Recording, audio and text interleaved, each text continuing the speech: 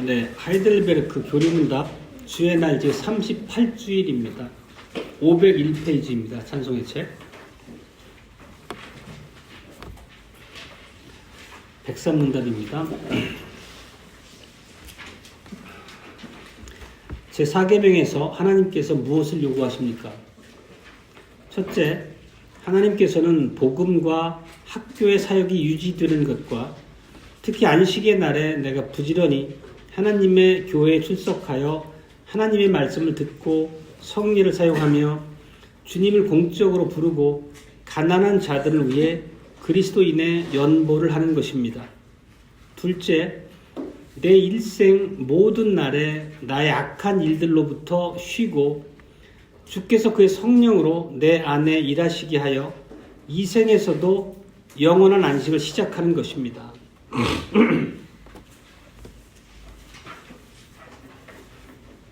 예수 그리스도의 사랑하는 형제 자매 여러분, 이 103문답 방금 제가 읽은 사계명과 관련된 고백에서는 하나님께서 무엇보다 먼저 복음과 학교 사역이 유지되어야 한다는 것이 제일 우선하는 답변으로 우리가 고백했습니다.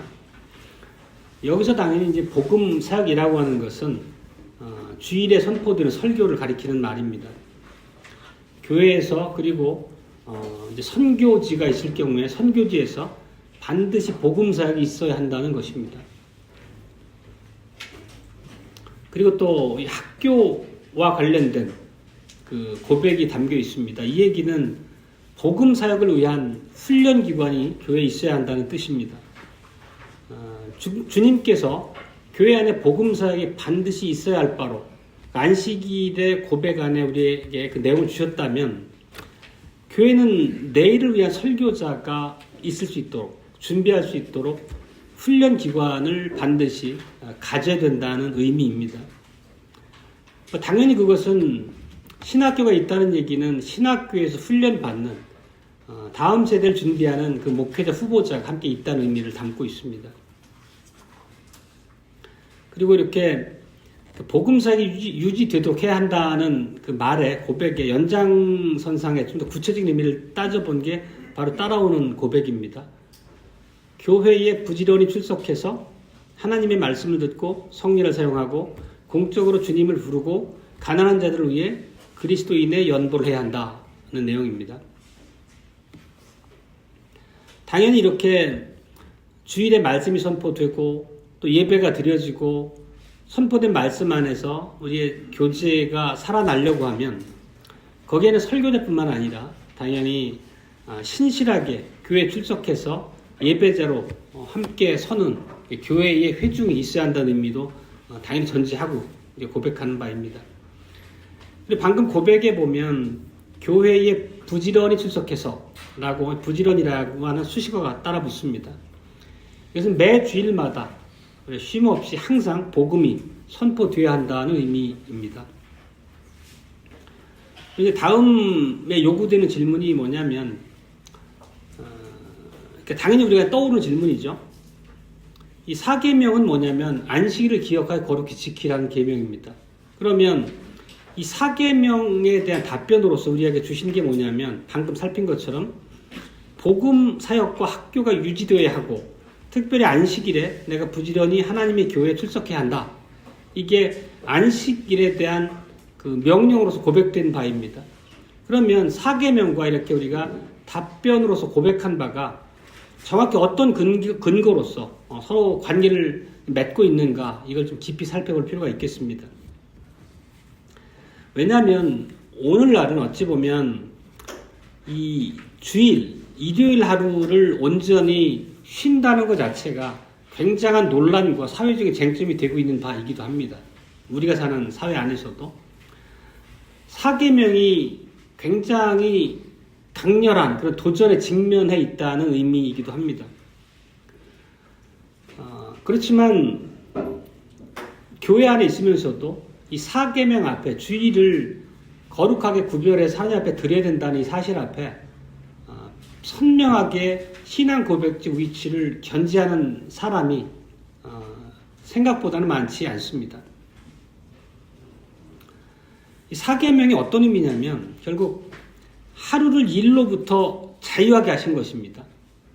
거기에 담긴 의미는 우리가 먼저 이제 선언적으로 앞세워 말씀드린다면 하나님께서 당신의 백성을 어떻게 돌보시는지를 선포하는 내용을 담고 있는 것입니다.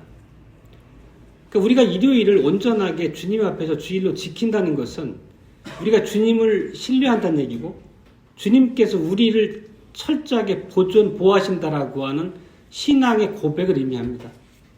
그만큼 안식일이 갖는 의미가 엄중하다 하겠습니다. 오늘 이제 세 가지로 구별해서 말씀을 선포하겠습니다. 첫 번째 주제는 안식일의 교훈이란 주제입니다. 이스라엘 백성이 출애굽한 이후에 시내산에서 이제 장막을 치고 산에서 들려오는 하나님의 음성을 듣습니다. 나는 너를 애굽 땅 종되었던 집에서 인도하여 낸 너의 하나님 여호와로라. 우리가 잘 아는 바처럼 십계명의 서문입니다. 그리고 서문 이후에 주신 십계명 안에 안식일을 기억하여 거룩히 지키라는 계명도 포함되어 있습니다. 그러면 기억하여 거룩히 지키라 했다는 의미는 이 기억해야 한다는 것이 무엇을 기억해야 한다는 건지를 정확하게 이해하고 이 말씀을 해석해야 되겠습니다. 기억해라. 우리가 이제 이해를 좀 돕기 위해서 우리 광복절을 한번 예를 들어보면 광복절을 기억한다는 것은 어떤 것을 의미합니까? 내년에 다가올 광복절을 기억하라는 게 아니죠. 결국은 1945년 광복절 그 이전에 일제강점기에서 우리들이 받았던 핍박과 이제 민족적 상황 자체를 깊이 살펴보는 그런 전제를 염두에 두고 하는 얘기입니다. 다시 말하자면 기억한다는 것은 어떤 과거의 특별한 날, 특별한 사건을 기억한다는 의미입니다. 그렇다고 하면 안식일을 기억하라 할 때 이스라엘이 기억해야 했던 안식일도 과거의 어떤 특정한 날의 안식일이라는 개념을 전제하고 한 말이라고 이해할 수 있겠습니다. 그리고 과거에 어떤 안식일인지는 매우 선명합니다. 선택지가 여러 군데 한 군데가 아니라 한 번밖에 없었습니다. 그것은 출애굽기 16장에서 나타난 안식일입니다. 시내산에서 10계명을 주시고 그 중에 4계명을 주시기 전에 안식일이 언급된 것은 16장의 그 내용이 유일합니다. 그 내용을 보면 뭐냐면 오늘 이제 읽은 내용입니다. 출애굽한 뒤에 이스라엘 백성이 광야에서 굶주리게 되고 그 상황을 묘사한 이후에 하나님께서 이렇게 선언하셨습니다. 그들을 위해서 하늘에서 떡을 비같이 내리실 것이다. 이런 약속하신 내용이 나옵니다.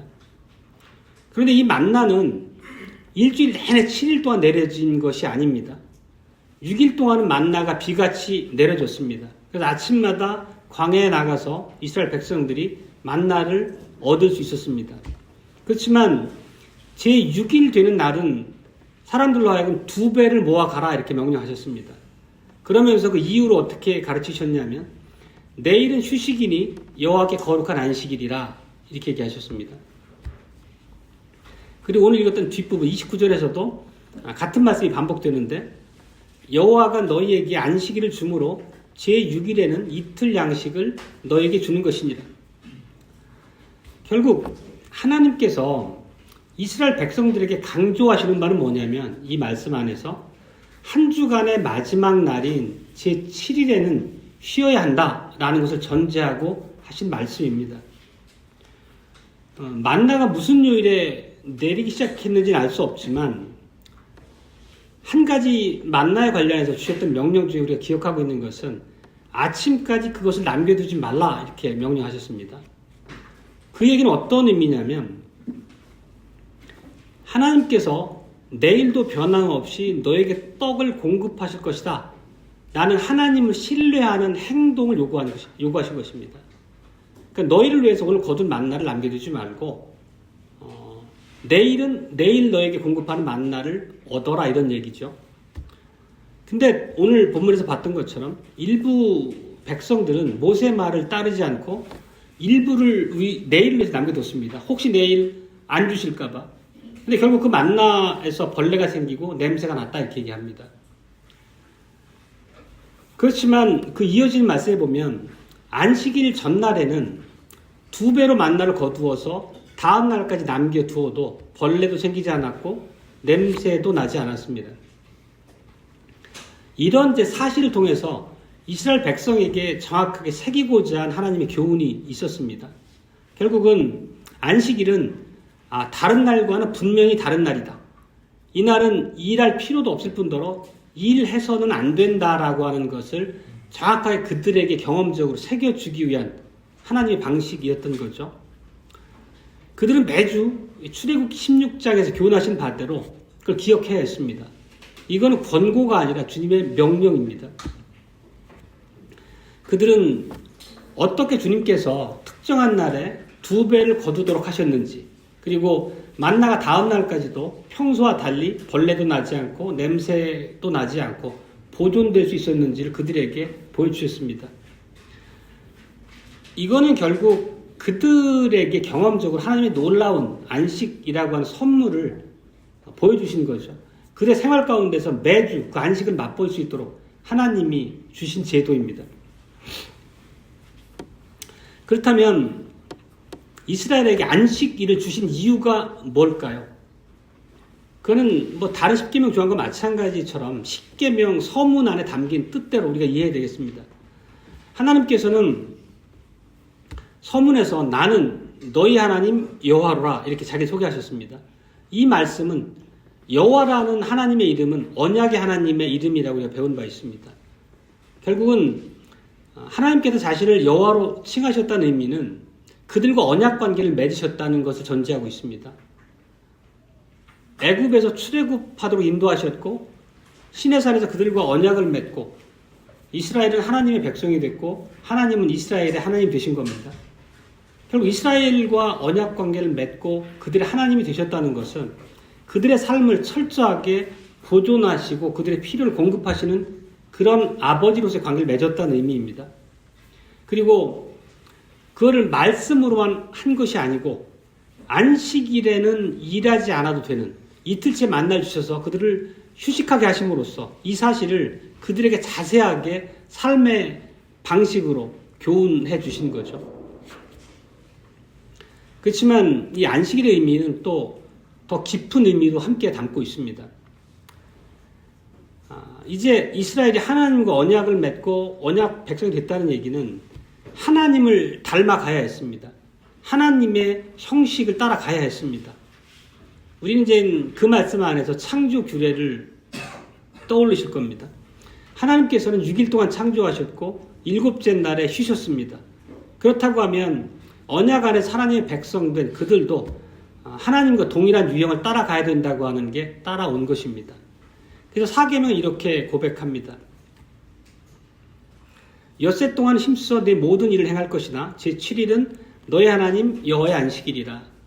우리 안식일 규례는 신명기의 안식일 규례와 출애굽기 20장의 안식일 규례가 좀 다르잖아요.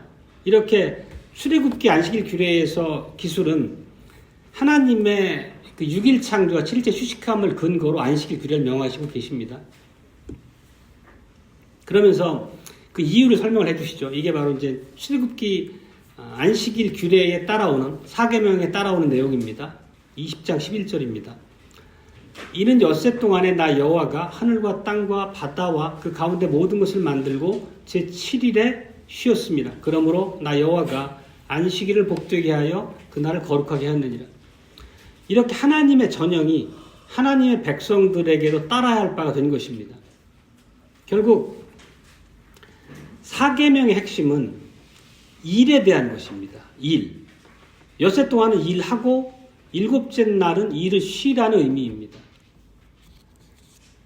그리고 이제 우리가 하나 더 중요한 사항을 이제 언급할 것이 있는데 바로 안식의 회복에 대한 사항입니다.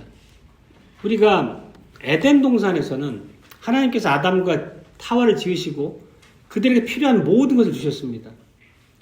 에덴 동산에 있는 모든 나무의 실과를 임의대로 먹을 수 있게 하셨습니다. 에덴 동산에 수많은 과실을 맺는 나무들이 있었고 아담과 하와는 그냥 맺힌 과실을 따먹으면 됐습니다. 그들이 그 음식을 먹기 위해서 어떤 노동을 존재를 하지 않았다는 것입니다. 물론 하나님께서는 우리가 아까 문화명령으로 얘기했던 것처럼 동산을 가꾸고 지키라는 명령을 주신 것은 분명합니다. 그 얘기는 아담과 하와가 먹는 시간 이외에 나머지는 잠자고 유유자적하는 얘기가 아니고 명백히 하나님께서 그들에게 주신 과업이 있었다는 얘기죠. 할 일이 있었다는 얘기입니다.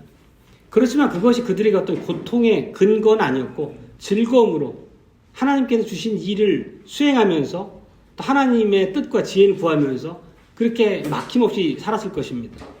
그렇지만 중요한 사항은 뭐냐면 그런 그들의 노동, 문화명령을 수행한다는 것 자체가 먹을 것을 얻기 위한 그런 목적으로 행해진 것은 아니라는 것입니다. 근데 이제 파국이 왔죠. 죄 가운데 타락함으로 말미암아서 이제는 임의대로 자유롭게 먹을 수 있었던 동산의 과실을 더 이상 먹을 수 없게 됐습니다. 하나님께서 이제 저주하십니다. 너로 인해서 땅이 저주를 받았다. 그리고 그들을 이제 에덴 동산 밖으로 내쫓습니다. 이제는 그러면서 그 결과가 뭐냐면 너는 종신토록 수고하여야 그 소산을 먹을 것이라.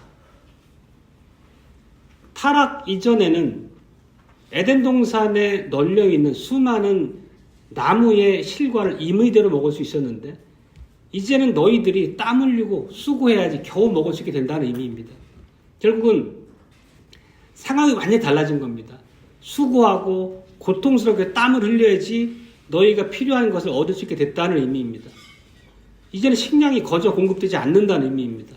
결국은 우리의 생활이 우리에게 고통이 됐고 염려의 원인으로 변해버렸다는 얘기죠. 그리고 실제 이스라엘 백성들이 애굽에서 종살이를 하면서 철저하게 뼈저리게 이 노동의 고통을 경험했을 것입니다. 먹고 사는 일, 생존이 얼마나 팍팍한지를 끊임없이 경험했을 것입니다. 특히 종살이였다고 하면 일주일 내내 쉬는 날 없이 아마 아침부터 새벽부터 밤 늦게까지 종노릇하며 살아야 했던 그런 고통의 시간이었을 것입니다. 근데 이제 하나님께서는 시내산에서 그들과 언약을 맺으시면서 나는 너희를 종됐던 애굽 땅에서 인도하여낸 하나님 여호와라 말씀하시고 그들에게 안식의 회복에 대해서 선언을 해주시는 거죠. 그러니까 출애굽이라고 하는 것은 죄와 사단의 속박으로부터 구원을 얘기합니다. 우리가 익히 아시는 것처럼. 그리고 조금 전에 말씀드렸던 에덴 동산에서 쫓겨나면서 땅이 저주를 받고 그들이 고통 가운데 던져졌던 그런 저주로부터의 구원도 함께 의미하고 있습니다. 바로 이것이 사계명에서 안식일 규례에서 우리에게 주어진 명령에 담긴 핵심 의미입니다. 결국 사계명이라고 하는 것은 하나님의 구속, 구원을 통해서 우리에게 에덴이 회복된 것이고 참 안식이 회복된 것이고 창조의 원래 모습이 회복된 것입니다. 그러니까 우리에게 주어진 하나님의 구원의 선물이 실제 이런 것을 의미하고 우리에게 누릴 수 있도록 선물을 주어졌다는 의미입니다. 애굽에서 일주일 내내 고통 가운데 살았던 그 기억이 사실 아직 사라지기도 이른 시간이잖아요. 출애굽해서 시내산까지 오는데 불과 3개월밖에 걸리지 않았습니다. 그러니까 아직까지 애굽에서 종로로 됐던 당시 상황이 머리에 생생할 때입니다. 몸으로도 기억하기 싫을 정도 시간밖에 지나지 않았습니다. 근데 그런 그들에게 이런 안식일 규례, 그들을 구원해서 하셔서 하나님 주신 이 선물, 이 복음의 부요함이라고 하는 게 얼마나 놀랍게 다가왔을지 짐작합니다.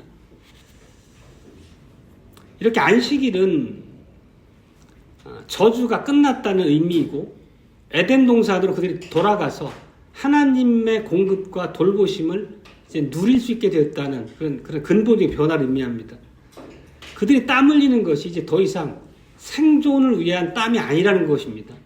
결국은 그들이 의지할 것은 자기 손으로 노동해서 얻는 그것이 아니라 하나님의 돌보심, 신실하신 하나님의 약속을 의지하는 자리로 변화되는 거죠. 그리고 하나님께서는 언약 백성들에게 사계명으로 주신 것이 바로 안식일을 기억하라는 의미입니다. 결국은 앞서 말씀드린 것을 정리하면 이제 너희가 나의 백성이 되었기 때문에 창세기 3장의 저주가 이제 사라졌다. 가시와 엉겅퀴 종신토록 수고해야 되는 그 염려의 삶에서 회복되었다. 그 사실을 잊지 말라라는 취지로 준 게 바로 안식일 규례라는 것입니다. 당연히 하나님의 백성된 이스라엘은 구속의 복음을 그들 마음속에 깊이 새겨야 했습니다. 그들이 그럼 앞으로 안식일에 힘써 노동을 해야 합니까? 수고를 계속해야 합니까? 그렇지 않다는 것입니다. 오히려 그렇게 하는 것은 하나님의 명령을 거스르는 일이고 하나님께서 주신 언약적 명령 앞에 불순종하는 일이 되는 것입니다.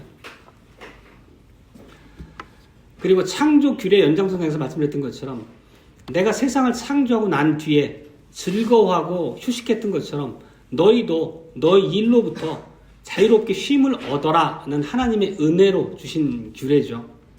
원리상 에덴의 회복이라는 말씀으로 설명을 드렸었습니다. 그러니까 신약시대를 살아가는 우리에게도 매주일 안식일이 돌아옵니다. 지금은 이제 주일로서 지켜지지만 안식일과 주일의 관계는 설명을 생략하겠습니다. 이렇게 아시는 바니까. 그리고 우리는 이 안식일마다 주일마다 예수 그리스도 안에서 우리에게 베푸신 하나님의 구속에 대해서 다시 한번 마음에 새기고 우리에게 회복된 참 안식 하나님의 그 창조의 원상에 대한 기억들을 마음에 새길 수 있게 됩니다. 그리고 오늘 이제 우리가 레위기 읽었던 것처럼 그 안식일의 연장선에서 동일한 목적으로 제정된 게 안식년이고 신년입니다. 안식년은 이제 매 7년마다 그 농사를 이제 밭을 기경하지 말고 그대로 휴경 상태로 놔두라는 얘기죠. 그래도 하나님이 알아서 먹을 걸 공급하시겠다.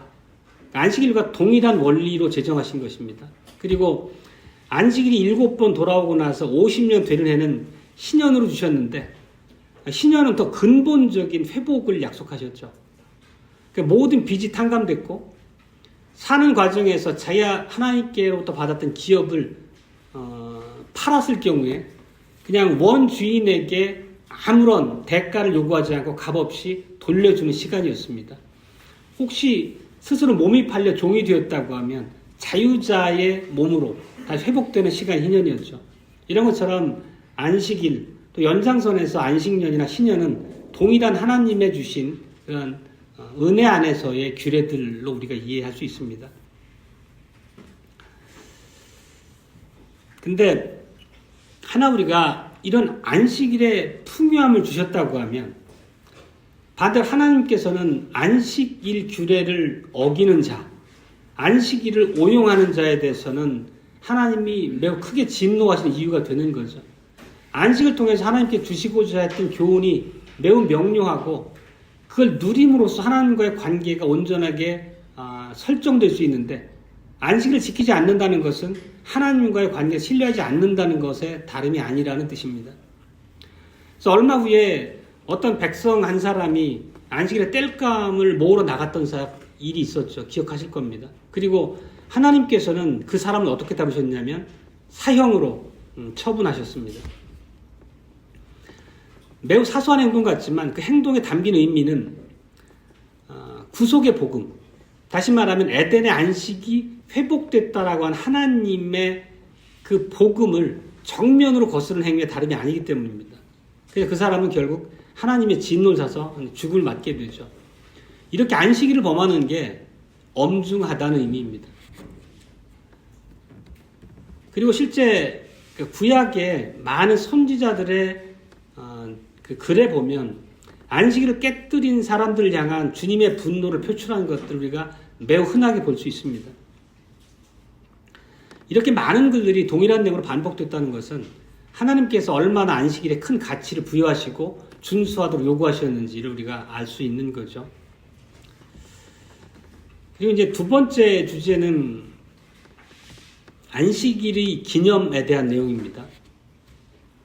이 안식일은 특별한 목적을 위해 주어진 거잖아요. 앞서 말씀드린 것처럼. 그렇다면 안식일에는 어떤 것을 무슨 일을 해야 했는지도 우리가 잘 이해해야 되겠습니다. 안식일은 그냥 그날은 노동하지 마, 마음껏 휴식하면서 놀고 그냥 빈둥거려도 좋아, 이런 의미의 안식이 아닌 것입니다. 원래 에덴에서 창조 이후 아담과 하와가 누렸던 안식이라고 하는 게 아무것도 안 하고 유유자적하는 의미 안식이 아니었다는 것을 말씀드렸던 것처럼, 그래서 언약 백성들은 하나님께서 안식일과 관련해서 주셨던 교훈에 대해서 명백하게 기억을 해야 됐습니다. 그게 이제 레위기 23장 3절인데, 엿새 동안 일할 것이요 일곱째 날은 쉴 안식일이라. 안식일이니 성회라. 너희는 무슨 일이든지 하지 말라. 이는 너희 거하는 각처에서 지킬 여호와의 안식일이니라. 이 명령 앞에 두신 교훈이 뭐죠? 하라는 게 성회로 모이라는 것입니다. 이 성회라고 하는 것은 이제 함께 모인다는 뜻이고, 함께 모여서 그날을 거룩하게 지내라는 명령입니다. 그럼 구약교회인 이스라엘 백성들은 어디에 모여 있습니까? 바로 하나님의 성막이 있는 곳에 모여야 됐습니다. 성막 주변에 모여야 됐죠. 그럼 성막 주변에 모여서 그다음 그들에게 하도록 명하시는 것이 무엇입니까? 그것은 희생제사를 통한 복음의 선포였습니다. 희생제사는 날마다 드려졌습니다. 잘 아는 것처럼 날마다 드려집니다. 그리고 안식일에는 희생제사를 통해 드려지는 제물이 2배로 늘어났습니다. 그러니까 이런 모든 이제 제도를 통해서 안식일을 준수하도록 하고, 안식일에 너희들이 무엇을 해야 될지에 대한 명령을 주시는 게 희생제사를 통한 복음의 내용입니다. 그럼 희생제사의 복음이라고 하는 것은 잘 아시는 것처럼 대속의 상징이죠. 하나님께서는 이 희생제사를 통해서 다른 이를 통해서 다른 이가 너희를 대신해서 죽을 것이고, 그것을 통해서 너희의 죄가 용서받고 완전하게 하나님과 화목이 회복된다라고 하는 전제로서 교훈의 방식이었습니다. 그리고 실제 그것이 동물의 희생제사를 통해서 드려졌던 거죠. 언약 백성들의 죄가 동물에게 전가되었고, 그렇게 전가된 동물을 우리가 잡아서 주님 앞에 희생제물로 드림으로써 그 언약적 복음의 내용과 성격이 선포됐던 것입니다. 그렇다면 희생제사가 드려지고 희생제사를 통해서 주님께서 주신 교훈이 날마다 제사장들을 통해서 그들에게 가르쳐 줬을 때 그들이 얼마나 그 안식일에 대한 의미를 마음에 새기고 소망을 새롭게 하면서 참된 위로와 기쁨을 얻었겠습니까? 그렇지만 이제 또 안식일이 지나고 나면 다음 날은 다시 이생의 염려나 이제 삶의 투쟁이 있는 곳으로 가야 됩니다. 가시와 엉겅퀴가 있는 세상으로 다시 돌아가야 됩니다. 그렇지만 하나님께서는 매주일 참 안식의 의미를 가르치시고 대속의 복음에 대한 교훈을 그들에게 새겨주실 수 있도록 성막 안으로 앞으로 그를 초청하셔서 참된 위로를 품고 삶의 현장으로 돌아갈 수 있도록 이런 은혜의 제도를 제정해 주신 거죠. 결국 예수 그리스도 안에서 준비하시는 구속, 그 구속을 바라보고 소망할 수 있도록 끊임없이 백성들을 일깨워주신 것입니다. 그리고 하나님께서 그렇게 구속을 통해서 주시게 될 최종적인 성부 하나님과의 화목이라고 하는 것은 언약 백성뿐만 아니라 그들로부터 비롯된 언약 백성의 자녀들, 또 그들이 부리는 종들, 또 이스라엘 백성 가운데 함께 살아가는 이방인들, 외국인들, 그들까지도 이 구속의 복음이 누리고 맛보을 수 있도록 그들까지도 이 복음의 소식의 확대를 명하신다는 우리가 잘 기억합니다. 뿐만 아니라 오늘 내용을 보면은 이제 소나 나귀 같은 그런 짐승들까지도 안식을 누려야 했습니다.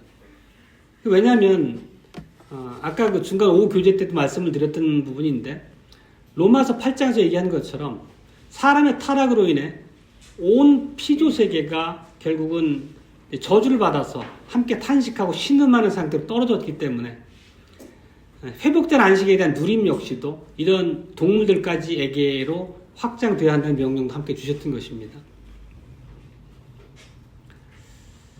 그리고 실제 예수님께서도 이 땅에 오셔서 공생애로 살아가시는 동안에 또 하나님의 백성 가운데 일원으로 계시는 동안에도 친히 안식일을 기념하셨습니다. 특히 공생애 과정에서 예수님께서 안식일을 지킨 그 내용에 대한 기록을 보면 그러니까 누가복음 4장 16절입니다. 자기 규례대로 안식일에는 회당에 들어갔다. 이렇게 얘기합니다. 회당이라고 하는 건 뭐냐면 예수님 당대에 성전 이외에 하나님의 백성들이 모여서 회집해서 하나님의 말씀을 듣고 나누는 장소가 회당이었습니다. 그리스도께서 회당에 들어가셨다는 얘기는 회당에 가셔서 안식일의 참 의미가 뭔지를 가르치셨고 하나님께서 백성들을 어떻게 속량하셔서 그들을 친백성 삼으신지 성경 안에서 또 장차올 그 복음의 완성에 대해서 설명을 하셨을 것입니다. 그리고 그 결과로서 태초에 타락으로 말미암아 우리에게 임하게 된 저주가 어떻게 사라지고 회복되는지도 가르쳤을 것입니다. 이제 그런 의미를 실증적으로 보여주는 것이 말하자면 안식일에도 병자를 고치셨던 그런 사건들이 되겠죠. 이런 치유에 담긴 의미가 안식의 의미를 일깨워주는 그런 촉진제 역할을 했을 것이고 회복된 낙원의 복음의 성격을 그들로 하여금 알게 하는 거고 또 그런 치유의 과정을 목격한 많은 사람들이 안식의 의미를 또 이해하고 받아들이는 그런 계기가 됐을 것입니다. 그런데 이제 이런 예수님을 향해서 바리새인들이 비난을 하죠. 안식일에서 일한다고. 결국 이런 바리새인들의 이러한 예수님을 향한 비난은 안식일에 대한 참 의미를 알지 못했던 그들의 불신앙의 다름 아니었습니다. 안식일의 목적을 거스르는 악한 행동이었죠. 안식일의 목적은 무엇입니까? 앞에서 계속 반복해서 말씀드렸던 것처럼 하나님의 언약 백성들로 하여금 구속의 복음을 선포하고 깨닫고 그들이 하나님의 구속을 소망하고 그 안에서 즐거워하도록 주신 게 안식의 참 의미인데 오히려 그런 것을 거스르고 있는 바리새인들의 완악함을 보게 됩니다. 그래서 그들을 탐해하시고 예수님이 이렇게 말씀하시죠. 안식일은 사람을 위하여 있는 것이요 사람이 안식일을 위하여 있는 것이 아니다. 이런 얘기를 하셨습니다. 이제 마지막으로 우리가 살펴볼 논점은 안식일의 연속성에 대해서입니다. 이 시내산에서 주셨던 이 4계명이 우리가 지금 속해 있는 이 신약 교회에서도 여전히 중요한지에 대한 질문입니다. 오늘날도 우리가 안식일을 지켜야 하는 건지에 대해서입니다. 답은 당연히 우리가 이미 익히 아시는 바대로 우리가 신약 시대를 살고 있다 해서 안식일 규례가 우리한테 무용지물이 된 것이 아닙니다. 당연히 우리도 동일하게 하나님의 언약 백성으로서 하나님께 의존한 삶을 살아야 됩니다. 우리 삶의 유일한 은혜의 원천으로 우리가 의지할 분은 하나님밖에 안 계십니다. 우리가 하나님께서 우리를 돌보신다고 하는 하나님의 약속을 철저하게 신뢰한다고 하면 그것은 우리가 안식일을 신실하게 지킴으로써 우리가 하나님께 증거할 수 있는 것이라는 뜻입니다. 실제 요즘에는 교회 안에도 안식일 명령이 신약 시대를 더 이상 유효하지 않다. 이제는 안식일이 신약 시대를 사는 성도들에게는 강제성이 있는 것이 아니다. 이렇게 주장하는 사람들도 있습니다. 그렇지만 이것은 당연히 잘못된 근거입니다. 결국 이들의 주장은 뭐냐면 우리가 열심히 일하는 것이야말로 나의 재정적인 안정을 위해서 필수적인 일이다. 그런 생각이 사실 세상의 논리인데 하나님의 백성으로 교회 안에 있음에도 불구하고 그런 논리를 동일하게 주장하는 바에 다름이 아닌 거죠. 그런 생각이 제일 압도적입니다. 내가 바로 내 자신의 삶을 돌봐야 한다 이렇게 얘기하는 거죠. 세상에 공짜 점심이 어디 있어? 내가 내 밥벌이 해야지. 철저히 그런 생각에서 한 발짝도 물러나지 않는 것입니다. 그런 행동은 결국 하나님께서 우리의 필요를 공급하시고 우리의 모든 삶의 근거를 돌보신다라고 하는 그분의 약속을 우리가 믿지 않는 불신입니다.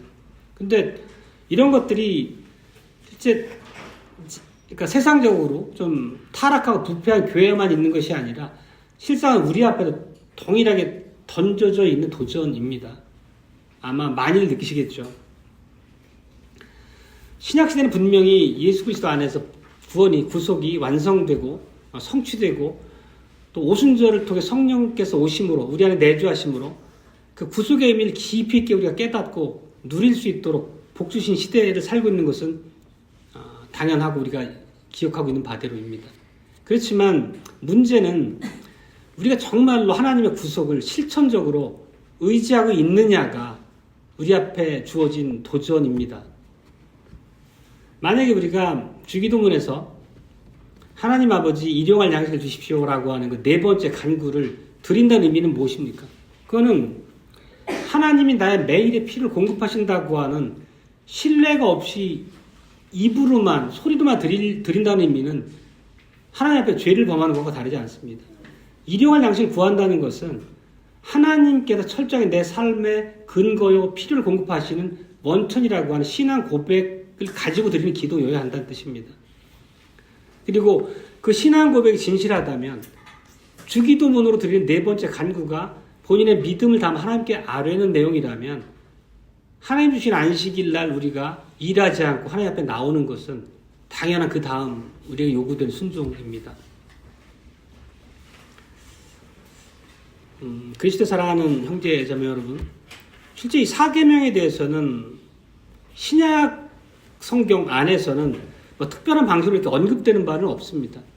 구약에 보면 안식일 자체에 대해서 우리가 오늘 읽은 거 포함해서 아까 16장까지 포함해서 세세하게 그 안식일의 의미를 해석하고 우리에게 훈계한 바가 많았지만 신약 시대 안에는 그런 것들이 세밀하게 우리에게 성경의 구절로 주어지진 않았습니다. 그렇지만 신약 교회 안에도 안식일의 계명이 지켜졌다고 하는 것은 자명한 사실이고 그걸 이제 우리가 짐작할 수 있는 많은 근거들이 있습니다. 예를 들면 사도행전 11장 26절 같은 경우는 안디옥 교회가 정규적으로 모였다 이렇게 얘기를 하죠. 그리고 사도 바울도 그들과 함께 모여서 하나님의 앞에 예배드렸다는 얘기를 합니다. 이런 정기적으로 하나님의 백성들 간의 회집은 그리고 구약시대에 있었던 안식일 날 모였던 그 안식일 계명의 반향으로 우리가 이해해야 됩니다. 또 사도행전에 제자들이 함께 모여서 떡을 떼었다 이런 표현들이 나오는 것처럼 그 역시도 안식일에 주님 앞에 주님의 이름으로 모인 그런 이제 모습들입니다. 그리고 그런 예들은 수도 없이 많은데 고린도서를 보더라도 그런 동일한 행습들을 얘기하고 있습니다. 16장만 보더라도 그 하나님 앞에 안식일 함께 모여서 예배를 드렸고 또 교회 회중 안에 있는 죄인들을 추방했다는 얘기도 있고 또 한 주간의 첫날에 가난한 사람을 위해서 연보를 했다는 얘기도 있고 이런 모든 것들이 안식일의 반향으로 우리가 이해할 수 있겠습니다. 그리고 결정적으로 우리가 과거에 암송했던 구절 중에 히브리서 10장 25절이 있는데 모이기를 패하는 어떤 사람들의 습관과 같이 하지 말고 이런 얘기죠. 이 역시도 함께 모이는 성회적 의미를 담아서 명한 그런 성경의 내용입니다. 결국 오늘 이 주의 날 38주에서 하나님께서 여러분과 저에게 우리 교회에게 말씀하시고자 하는 내용의 핵심은 오늘 우리가 이제 그 백삼문답에서 고백한 바대로입니다. 다시 고백의 내용으로 돌아와 보면 먼저 복음과 학교 사역이 유지되도록 해야 한다 이런 얘기는 앞에서 다뤘습니다. 예수 그리스도께서 이제 죄와 사단을 이기시고 참 안식을 회복시키신 그 자체 우리가 낙원에서 살게 되었기 때문에 그 실상 그리고 우리에게 회복된 그 안식의 참 의미 우리가 그 안식을 누리는 백성으로서 살아야 할 삶의 모든 면면들을 설교를 통해서 우리에게 매 주일 하나님께 들려주시고 계신 거죠. 당연히 설교가 계속 선포될 수 있도록 교회는 모든 교회적 역량을 모을 의무가 있습니다. 미래 목사들이 세워질 수 있도록 모든 그 과정을 준비하고 갖춰가는 것도 우리가 해나가야 될 의무입니다. 그리고 또 이제 구체적으로 이어서 고백하는 바는 특별히 안식일에 내가 부지런히 하나님의 교회에 출석하여 하나님의 말씀을 듣고 성령을 사용하고 공적으로 여호와 하나님의 이름을 불러야 한다 이렇게 고백한 바 있습니다. 그리고 이렇게 그리스도의 승리를 통해서 우리에게 선물로 주신 이 복음은, 이 참된 안식의 회복은 계속해서 확장되고 퍼져 나가야 되겠습니다. 그렇지만 이제 무엇보다도 하나님의 자녀인, 하나님의 언약 백성인 우리들의 마음속 깊이 새겨져야 하겠습니다. 그리고 하나님의 자녀라고 하는 정체성을 우리가 분명히 할 필요가 있겠습니다. 우리가 세상에 나가서 한 주간 살아갈 때 하나님의 자녀로서의 정체성, 본분, 하나님의 자녀에게 요구되는 바 삶의 실상들이 어떠해야 되는지를 마음에 새기고 우리가 새롭게 변화된, 새롭게 갱신된 그런 신앙 안에서 소망을 가지고 살아야 되겠습니다. 세상에서는 우리가 살아가는 삶의 현장이 고역이고 매 순간 투쟁이고 싸움터라고 얘기를 하죠. 사실 맞는 이해를 가지고 있습니다. 죄로 인한 세상의 그런 왜곡되고 뒤틀린 모습이니까요. 그렇지만 하나님께서는 매주일 우리 앞에 생명의 말씀을 주십니다. 그리고 하나님께서, 우리 주 예수 그리스도께서 십자가에서 획득하신 그 구속을 바라볼 수 있도록 우리를 계속 독려하십니다.